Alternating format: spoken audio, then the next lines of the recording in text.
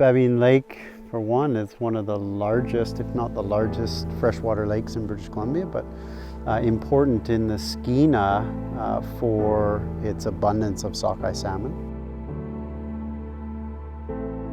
Some 30 populations spawn around the lake and tributaries around the lake, but utilize the lake as nursery habitat, where they'll rear for 1 year, almost exclusively. A few fish in a very small proportion will stay for an extra year.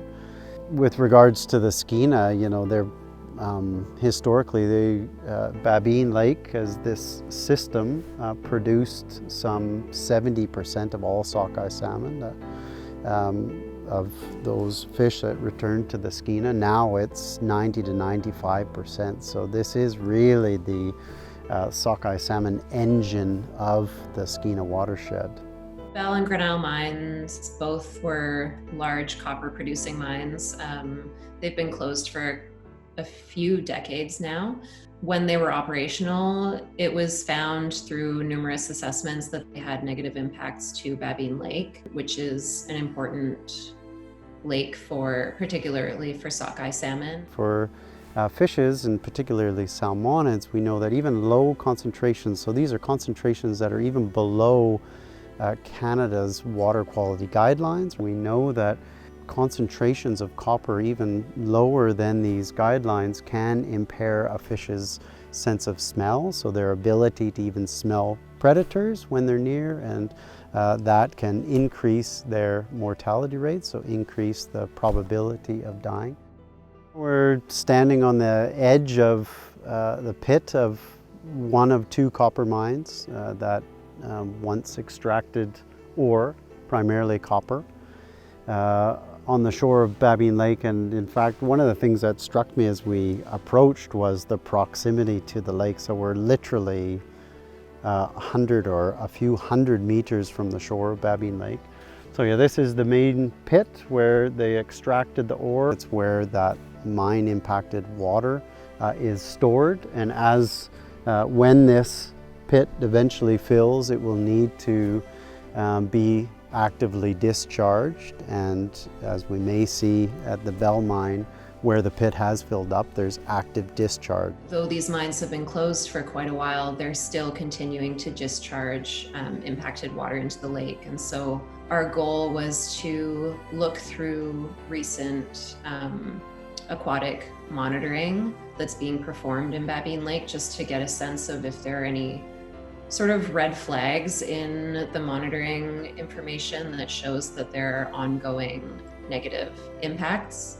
So that's what we started with, and then sort of through that process, we noticed that there are actually quite a few noticeable gaps in the ways that the mine's discharges into the lake are regulated. Grand Isle Mine has multiple points on the mine site that discharge contaminated water into the lake.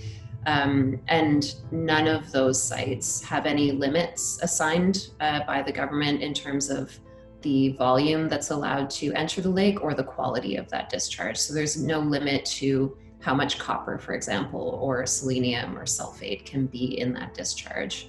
So in general, the impact is that there are elevated metals and other contaminants like sulfate in the water, in the sediment, in bottom-dwelling fish, so fish that are living in and feeding in the sediment.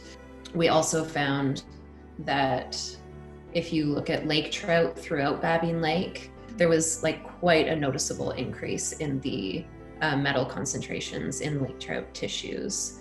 And that, we believe, is linked to the mines, because if you look at where the fish are collected, it's always the worst off fish, so the ones with the most metals in their tissues, are always found closest to the mines.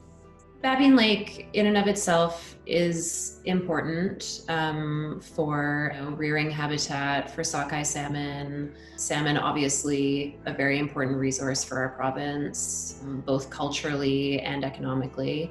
But I would say more so that what's important about this research is that these two mines are not unique. There are hundreds of mines in the province, and many of them, if not all, are sort of in the same situation that the Bell and Grand Isle mines are, where they're being kind of semi-poorly regulated. They're continuing to discharge water into nearby rivers, creeks, lakes. Our research really shows like how long-lasting the impacts of these mines are, because these discharges go on for decades and decades after the mine closes, and how the sort of inadequate monitoring and regulation of them can result in really negative impacts to the aquatic environment, running the risk of going completely unnoticed and unmanaged.